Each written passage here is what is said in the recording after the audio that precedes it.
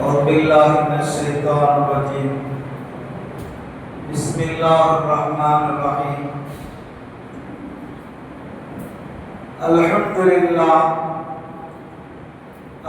لله رب العالمين والعاقبة للمتقين والصلاة والسلام على سيدنا محمد طب الدواعيها وعافية الأبدان وشفائها ونور الأبصار وليائها وعلى آله وصحبه وسلم أما بعد فقد قال الله تعالى في القرآن العظيم من فعل هذا بآلهتنا يا إبراهيم قال نبينا صلى الله عليه وسلم அருளிலிருந்து கொள்ளுகின்ற அழியா மழைதற்கு அகிலத்தை ஆட்சி ஆடுகிறார் இல்லாமல் அல்லாஹ் சுப்ஹானஹு வ தஆலா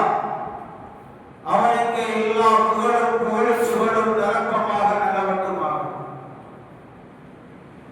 சத்திய தூதர் சர்க்குண சம்பன்னர் சமாதான பிரியர் நம் கண்மணி நாயகம் ரசூலுல்லாஹி ஸல்லல்லாஹு அலைஹி வஸல்லம் அன்னவர்கள் மீதும் அன்னவர்களின் குடும்பத்தார்கள் அன்னவர்களின் வாழ்க்கை வழிமுறைகளை தவறாத விபத்து வாழ்ந்து சென்ற சத்திய சஹாபாக்கள் தாபியீன்கள் தபா தாபியீன்கள் சுஹதாக்கள் முத்தகீன்கள் அவுலியாக்கள் அம்பியாக்கள் மீதும் குறிப்பாக இந்த சிறப்புமிக்க ஜும்மாவுடைய மஜ்லிஸில் அமர்ந்திருக்கிற நாம் யாவர்கள் மீதும் மற்றும் இந்த ஜும்மா நேரத்தில் நம்முடைய வேலைகளை எல்லாம் ஒதுக்கி வைத்துவிட்டு வீட்டில் இருந்து கொண்டு ஜும்மாவுடைய பயானை கவனத்துடன் கேட்டுக்கொண்டிருக்கிறார் எனது பாசத்திற்குரிய தாய்மார்கள் சகோதரர்கள் அனைவர்கள் மீதும் அல்லாஹ்வின் கருணையும் கண்மணி நாயகம் ஸல்லல்லாஹு அலைஹி வஸல்லம் அன்னவர்களின் ஷஃபாஅத்தும் எந்தெங்கும் எந்நாளும் எந்நேரம் எங்கும் நிலவட்டுமாக. சங்கையும் சங்கற்குரிய அல்லாஹ்வின் நல்லடியார்களே, அண்ணன் நபியின் ஷஃபாஅத்துக்குரியவர்களே, அத்தனை பேர்களுக்கும் எனது இதயம் கனிந்த சலாமை உங்களோடு நான் சமர்ப்பணம் செய்து ஜும்மாவுடைய உரையை ஆரம்பம் துவக்கம் செய்கிறேன். அஸ்ஸலாமு அலைக்கும் வ ரஹ்மத்துல்லாஹி வ பரகாத்துஹு.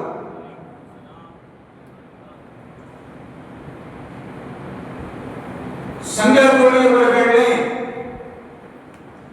ஒரு சிறப்பான சங்கையான மாதத்தை நாம் அடைந்து அது கடந்து சென்று கொண்டே இருக்கிறது. இந்த மாதத்தினுடைய சிறப்புகளும் அதனுடைய தியாகங்களையும் நாம் தொடர்ந்து ஜும்மாவிலே பார்த்து வருகிறோம். பார்க்கிற பொழுது நபி இப்ராஹிம் அலைஹிஸ்ஸலாம் அவர்களுடைய ஈமானும் அவருடைய தியாகமும் எப்பேற்பட்ட தியாகங்களாக அவர்கள் வாழ்க்கையிலே கடந்து சென்று அது வெற்றியை கண்டு இந்த சமூகத்திற்கு அவர்கள் சமர்ப்பித்திருக்கிறார்கள் என்பதை பார்க்கிற பொழுது நபி இப்ராஹிம் அலைஹிஸ்ஸலாம் அவர்கள் இந்த சமூகத்திற்கு ஒரு முன்மாதிரி நபியாக ஒரு முன்மாதிரி வழிகாட்டியாக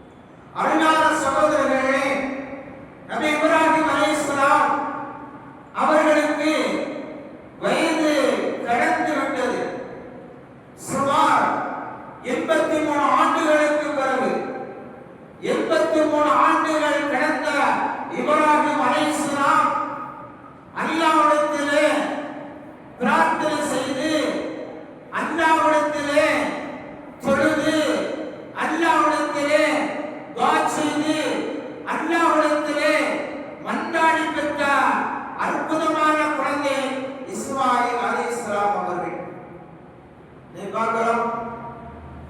திருமணம் முடிச்சு ஒரு வருஷம் கூட கிடக்க மாட்டேங்குது. வீட்டுல மாமியாரோட பிரச்சனை ஆரம்பிக்குது. 2 வருஷம் ஆயிடுச்சுன்னா மாமனாரு, குழந்தையா, குழந்தை, சொந்த பந்தம் எல்லாம் வீட்டுக்குள்ள குடும்பத்துக்குள்ள பிரச்சனை ஆயிடுது. என்ன பிரச்சனை? குழந்தை இல்லையா, பேரனை எப்ப பெற்று தருவ, பேத்தியை நம்ம எப்ப பார்க்க போறோம், எனவே இது போற மாதிரி முடிவு பாரு. அருமையான சொல்றது, குடும்பங்களில் ஆண்டுகளில் பெற்ற திருமணம் முடித்த பிறகு இவர்கள் குடும்பங்களில் பிரச்சனை ஒரு குழந்தை ஒரு பிரச்சனையாக காணப்படுகிறது. ஆனால் சுமார் 83 ஆண்டு காலம் வாழ்ந்தார்கள் நபி இப்ராஹிம் அலைஹிஸ்ஸலாம் அவர்கள். இன்னைக்கு 45 வயசுல தள்ளாடிட்டு இருக்கிறோம். மாத்திரம் வருது, முட்டுக்கால் வலி, உடல் சோர்வு இல்லையா? அருமையான சகோதரர்களே, அல்லாஹ்வை நினைத்தானேயானால், அல்லாஹ் நாடிவிட்டானேயானால் எத்தனை வயதிலும் அவனால் குழந்தைகள் பாக்கியத்தை வழங்க முடியும். அந்த நம்பிக்கை உள்ளத்தில் வர வேண்டும். சகோதரர்களே, இப்ராஹிம் அலைஹிஸ்ஸலாம் அவர்களுக்கு தலைமுடி நரைத்தது, உடல் வலிமை குறைந்தது, உடல் சக்தி குறைந்தது, தன்னாளர்களுக்கு ஆளப்பட்டார்கள், எல்லா வலிமையும் இழந்தார்கள். இந்த தருணத்தில் உள்ளத்தில் உதித்த ஒரு வார்த்தை, இவ்வளவு காலங்கள் கடந்து விட்டோமே, நமக்கு ஒரு வாரிசு இல்லையே, ஒரு குழந்தை இல்லையே என்ற ஒரு கவலை. அருமையான சகோதரர்களே, அல்லாஹ்விடத்தில் கேட்டார்கள், ரப்பிடத்திலே கேட்டார்கள், இறைவா, ரப்பே, அல்லாஹ்வே, இவ்வளவு காலங்கள் என்னை குழந்தை இல்லாமல் என்னை வாழச் செய்து விட்டாயே, எவ்வளவு பெரிய சோதனைகள் எனக்கு நீ கொடுத்த போதிலும் அத்துணை சோதனைகளிலும் உன் மீது நான் வைத்த நம்பிக்கை, உன் மீது வைத்த தவக்குல் ஒருபோதும் நான் வீணடையவில்லை. உன் நம்பிக்கை எனக்கு அது தாக்குதலை ஏற்படுத்தி தந்தது. உன் மீது வைத்த நம்பிக்கை இந்த உலகத்தை நான் வைத்து விட்டேன். ரப்பே, இப்பொழுது எனக்கு ஒன்று தேவை. அல்லாஹ்விடத்தில் கேட்டார்கள், யா அல்லாஹ், எல்லா வலிமையும் நான் இழந்து விட்டேனே, எனக்கு ஒரு குழந்தை இல்லையே, எனக்கு ஒரு வாரிசு இல்லையே ரப்பே என்று சொல்லி தனக்கு ஏற்பட்ட பலவீனத்தை எல்லாம் சொல்லுகிறார்கள். தான் எப்படி வாழ்கிறோம் என்பதை சொல்லுகிறார்கள். எல்லாம் ரப்புக்கு தெரியும், எல்லாம் ரப்புக்கு தெரியும், படைத்தவனுக்கு தெரியும். என் நபி இப்படித்தான் இருப்பார் என்பது தெரியும், அவர்கள் உள்ளத்தில் இப்படித்தான் இருக்கிறது தெரியும். ஆனாலும் கூட இப்ராஹிம் அலைஹிஸ்ஸலாம் அவர்கள் அல்லாஹ்விடத்திலே கேட்கிறார்கள், ரப்பே, இறைவா, என்னை நீ நபியாக தேர்வு செய்தாய். பல்வேறு சோதனை, ஒன்றல்ல இரண்டல்ல, என் வாழ்க்கையில் ஒரு சோதனை. அத்தனை சோதனையும் நான் தியாகத்தை வென்று ஒரு நம்பிக்கை வைக்கின்றேன் இறைவா. இப்பொழுது நான் உடல் வலிமை இழந்து விட்டேன், எல்லா சக்தியும் இழந்து விட்டேன். ரப்பே, எனக்கு ஒரு குழந்தை பாக்கியத்தை நீ தர வேண்டும் என்று ரப்பிடத்திலே இப்ராஹிம் அலைஹிஸ்ஸலாம் அவர்கள் கேட்டார்கள். 80 ஆண்டுகளுக்கு பிறகு கிடைக்கப்பட்டவர்கள் ஒரு அற்புதமான குழந்தை செல்வத்தை நபி இப்ராஹிம் அலைஹிஸ்ஸலாம் அவர்கள் பெற்றுக் கொண்டார்கள். இஸ்மாயில் அலைஹிஸ்ஸலாம் அவர்களை பெற்றுக் கொண்டார்கள். எவ்வளவு பெரிய ஒரு சந்தோஷம், எவ்வளவு பெரிய ஒரு மகிழ்ச்சி அடைந்திருப்பார்கள். நீண்ட காலத்திற்கு பிறகு கபருக்கு போகக்கூடிய காலத்தில் ஒரு குழந்தை செல்வத்தை அல்லாஹ் கொடுத்தார் என்று சொன்னால் இப்ராஹிம் அலைஹிஸ்ஸலாம் அவர்கள் மனைவி எந்த அளவுக்கு அதில் சந்தோஷம் வைத்திருப்பார்கள். அன்புக்குரியவர்களே, விழுந்தது இன்னொரு சோதனை, விழுந்தது இன்னொரு சோதனை. அந்த சோதனையை வெற்றி விட்டார்கள். அருமையான சகோதரர்களே, நீண்ட வரலாறு.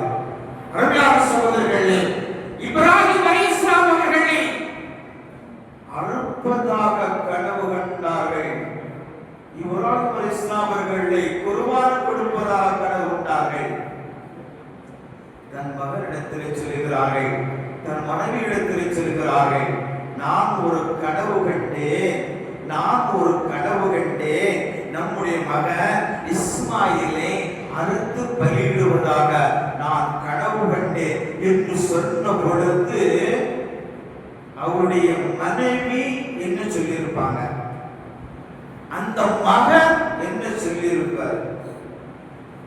இதே ஒரு நிலைமை நமக்கு ஏற்பட்டிருக்கும்னா, நீண்ட காலத்துக்கு பிறகு ஒரு குழந்தை பாக்கியம் கிடைச்சு நான் ஒரு கனவு கண்டம்மா அப்படின்னு போய் நம்ம மனைவி சொன்னோம்னா நம்ம மனைவி என்ன சொல்லி இருப்பாங்க, நம் மகன் நம்மளை பார்த்து என்ன சொல்லுவாரு அப்படி நீங்களும் நினைச்சு பாருங்க. அருமையான சகோதரர்களே, தன் மனைவியிடத்திலே சொன்ன பொழுது சொன்னார்கள், அல்லாஹ்வுடைய கட்டளை, அல்லாஹ்வுடைய உத்தரவு உங்களுக்கு இப்படித்தான் இருக்கும் என்று சொன்னால் நீங்க அல்லாஹ்வுடைய கடமையை நீங்க தடையின்றி நிறைவேற்றுங்கள். நீங்க நம்ம மனைவி சொல்லுவாங்களா, பள்ளிவாசலுக்கு ஒரு 5000 கொடுங்க அப்படி நீங்க போய் சொல்லி பாருங்க. ஆமா, இவருக்கு வேற ஓயாம பள்ளிவாசல் ஆனா சொல்லிட்டு உங்க மகனை சொல்ல மாட்டாங்க. ஏன்னா வாரம் ஏதாச்சும் ஒரு 5000 2000 பழசு கொடுத்துட்டே இருக்குது. உங்க மகன் அப்படி சொல்ல மாட்டாங்க, மற்ற மகன் தான் சொல்லுவான்னு நினைக்கிறேன். அருமையான சகோதரர்களே, தன் மனைவியிடத்திலே சொன்ன பொழுது அல்லாஹ்வுடைய கட்டளை உடனே நிறைவேற்றினார். தன் மகனிடத்திலே சொல்லுகிறார்கள், மகனே, நீண்ட நாட்களுக்கு பிறகு அல்லாஹ் உன்னை எனக்கு அற்புதமாக தந்தான், இப்போது ஒரு கனவு ஒன்று இருக்கிறேன்.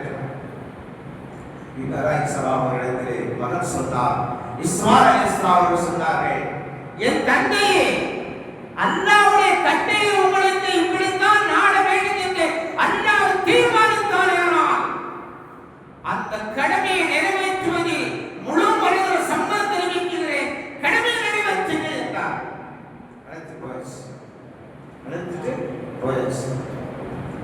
சகோதரர்களே, அறுப்பதற்காக படுக்க வைக்கப்படுகிறது, அறுப்பதற்காக படுக்க வைக்கப்படுகிறது. மல்லாந்து படுக்க வைத்த இஸ்மாயில் அலைஹிஸ்ஸலாம் அறுப்பதற்காக எல்லாம் தயாராக வைக்கப்பட்ட பொழுது மல்லாந்து வானத்தை பார்த்து முகம் பார்த்து வண்ணமாக படுத்திருந்த இஸ்மாயில் அலைஹிஸ்ஸலாம் தன் தந்தையிடத்திலே சொல்லுகிறார், தன் தந்தையிடத்திலே சொல்லுகிறார், தந்தையே, நீங்கள் அல்லாஹ்வுடைய கடமை அல்லவா நிறைவேற்றுவதற்கு தயாராக இருக்கிறீர்கள். என்னை நீங்கள் அறுக்குகிற பொழுது, என்னை நீங்கள் அறுக்குகிற பொழுது, என் முகத்தை நீங்கள் பார்க்கும் பொழுது, என் முகத்தை நீங்கள் பார்க்குகிற பொழுது பெத்த பிள்ளையின் மனசு இழகி விடுமே, தந்தையின் பாசம் இழகி விடுமே. முகத்தை பார்க்குகிற பொழுது அல்லாஹ்வுடைய கடமை செய்வதிலே உங்களுக்கு மனம் இழகி அது மாறுபட்டு விடுமே, பாசம் தடுத்து விடுமே.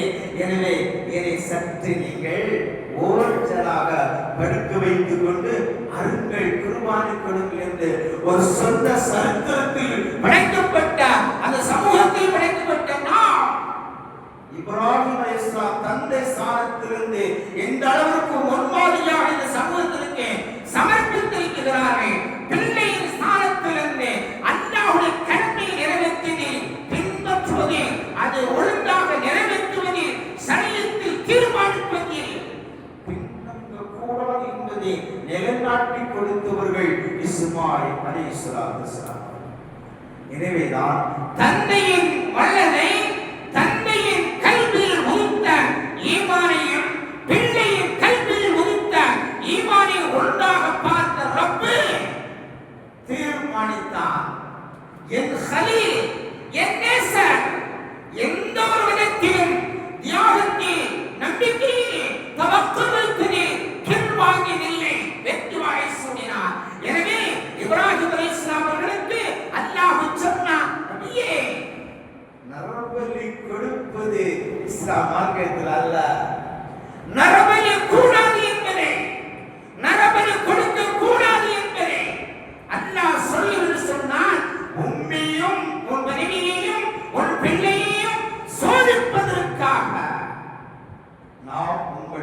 சோதித்து பார்த்தோம், எல்லாவற்றிலும் நீங்கள் வெற்றி பெற்றீர்கள் என்ற ஒரு தத்துவமான பாடத்தை இந்த சமூகத்திற்கு சொல்லி தந்தவர்கள் நபி இப்ராஹிம் அலைஹிஸ்ஸலாத்து வஸ்ஸலாம் அவர்கள்.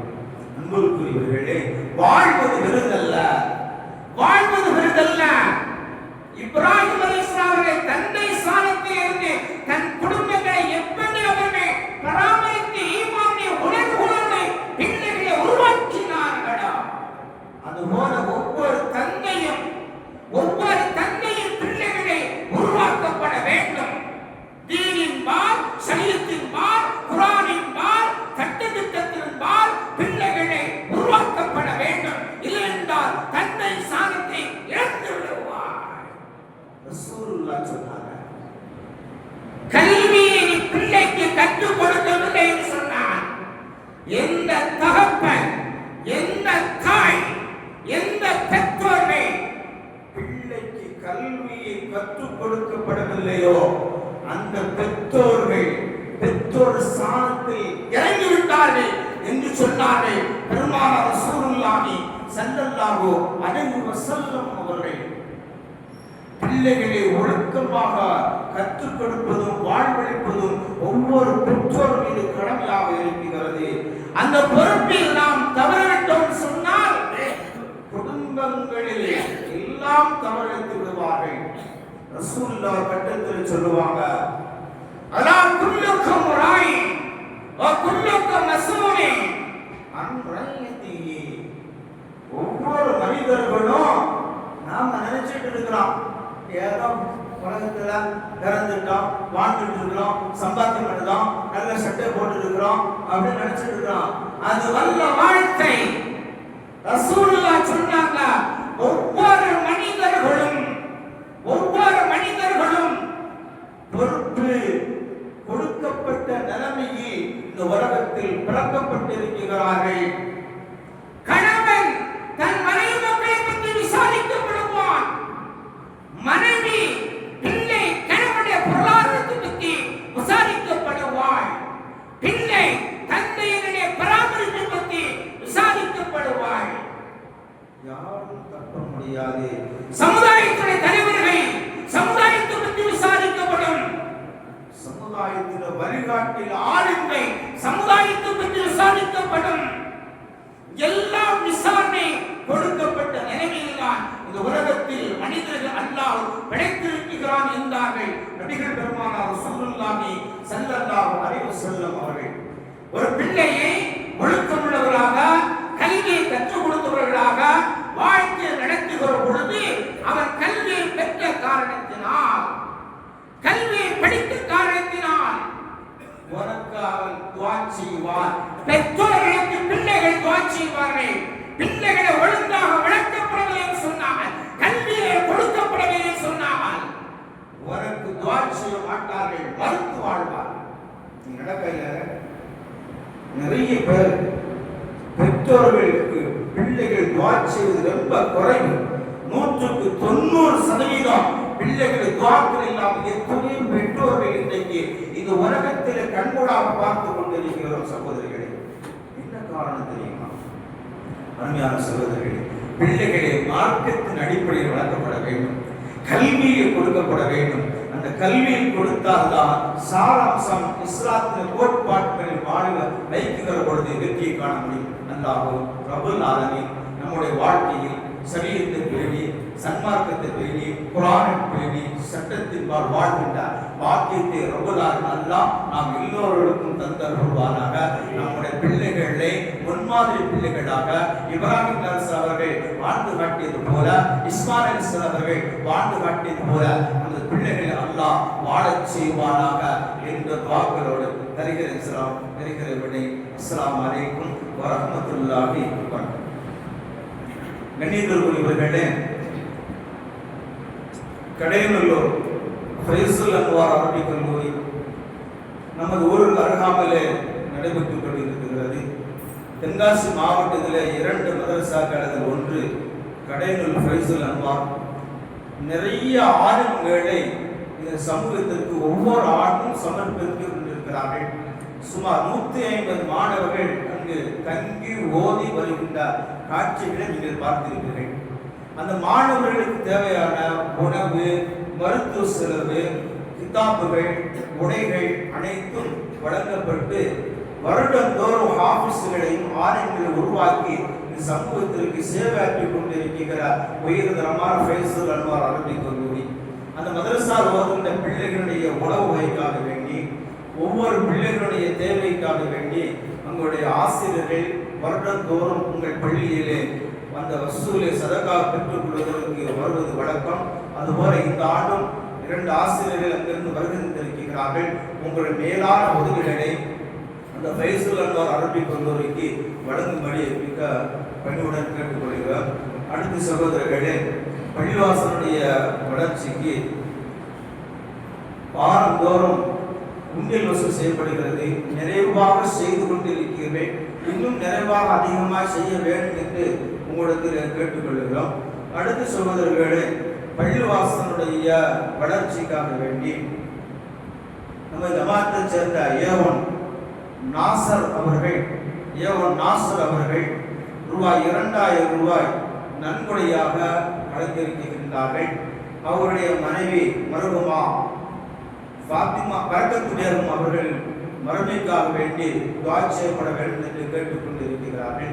அல்லாஹ் ரப்பல் ஆலமீன் அவருடைய ஹாஜத்துகளை நிறைவு செய்துள்வாராக. அடுத்து நாம் சென்ற வாரம் ஏற்கனவே ஜும்மாவில் ஒரு அறிவிப்பு செய்தோம். பள்ளிவாசலுடைய பாய்கள் மாற்றப்பட வேண்டியிருக்கிறது. இனி அதற்கு முன்னான மேலான உதவிகளின் பாய்களை நீங்களே வாங்கி தரும்படி உங்களுக்கு கேட்கப்பட்டது. ஒரு சிலவர்கள் பொறுப்பேற்றிருக்கிறார்கள். நீங்களும் எல்லோரும் சேர்ந்து பொறுப்பேற்றால் இன்ஷா அல்லாஹ் ஹஜ் பெருநாள் அன்னைக்கு பள்ளிவாசலில் பாயை விரித்து அதில் முதல் தொழுகை கொள்ளலாம். உங்களுக்கு தொடர்ந்து அந்த நன்மைகள் காலம் முழுவதும் அந்த நன்மைகள் கிடைத்துக் கொண்டே இருக்கும். அடுத்த சகோதரர்களே, நமது மஹல்லாவில் இருந்து தொடர்ந்து அல்லாஹ் கருவியினால் ஹஜ்ஜுக்கு புறப்பட்டு கொண்டே இருக்கிறார்கள்.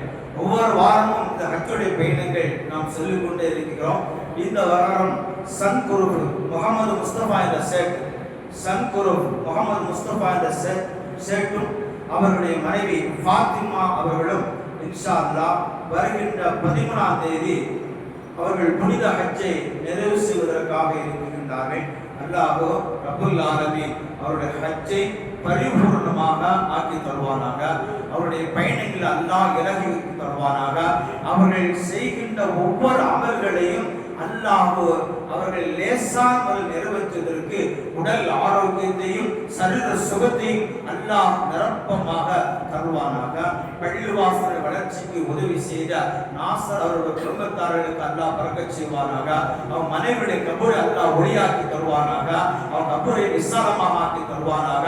அவன் கபூர்ல விசச்சந்திகள் விட்டவர்களை பாதுகாத்த வருவானாக.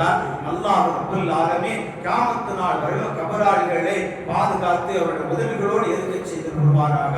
அடுத்தடுத்து இருக்கக்கூடிய மறுமை பயணத்தை அல்லாஹ் லேசாக்கி கொடுத்து ஜன்னத்துல் சொர்க்கத்திலே அவர்கள் நிரந்தரமாக இருக்கின்ற பாக்கியத்தை வல்ல ரஹ்மான் தந்தல் வருவானாக. புனித ஹஜ்ஜை நிறைவேற்ற இருக்கின்ற சங்கக்கூடிய முகமது முஸ்தபா ஷேக் அவர்களே, உங்களுக்கு எங்கள் ஜமாத்தின் சார்பாக நாங்கள் ஒரு கோரிக்கை வைக்கிறோம். எங்கள் மஹல்லா, உங்கள் மஹல்லா, நம் மஹல்லா, இந்த மஹல்லா வாசிக்கு நீங்கள் துஆ செய்ய கடமைப்பட்டிருக்கிறீர்கள். கஅபத்துல்லாஹ் இறங்கிய உடனேயே இந்த மஹல்லாவுடைய நலனுக்காக வேண்டி, இந்த மஹல்லாவுடைய மக்களுக்காக வேண்டி நீங்கள் துஆ செய்யப்பட வேண்டும். அதுபோன்ற பலவிதமான நோய்களில் மக்கள் கஷ்டப்பட்டு கொண்டிருக்கிறார்கள். அவர்களுக்காக வேண்டி துஆ செய்யப்பட வேண்டும். தொடர்ந்து நமது பள்ளிவாசலிலே வருடந்தோறும் உம்ரா ஹஜ் செய்கின்ற பாக்கியத்தை அவர்கள் பெற வேண்டும். அதற்காக வேண்டி நீங்கள் துஆ செய்ய வேண்டும் என்று ஜமாத்தாரின் சார்பாக முழு மனதோடு நாங்கள் சொல்லுகின்றோம். உங்கள் துஆக்களை கொண்டு அல்லாஹ் மஹல்லாவிலே ஒரு மாற்றத்தை தருவான் என்ற நம்பிக்கை எங்கள் இருக்கிறது. வல்ல ரஹ்மான் ஜமாத்தாரின் ஒட்டுமொத்த எல்லோரும் சார்பாக உங்கள் ஹஜ்ஜை பரிபூர்ணமான ஹஜ்ஜாக, ஒப்புக்கொள்ளப்பட்ட ஹஜ்ஜாக அல்லாஹ் ஆக்கி தருவானாக என்ற துஆ. அஸ்ஸலாமு அலைக்கும்.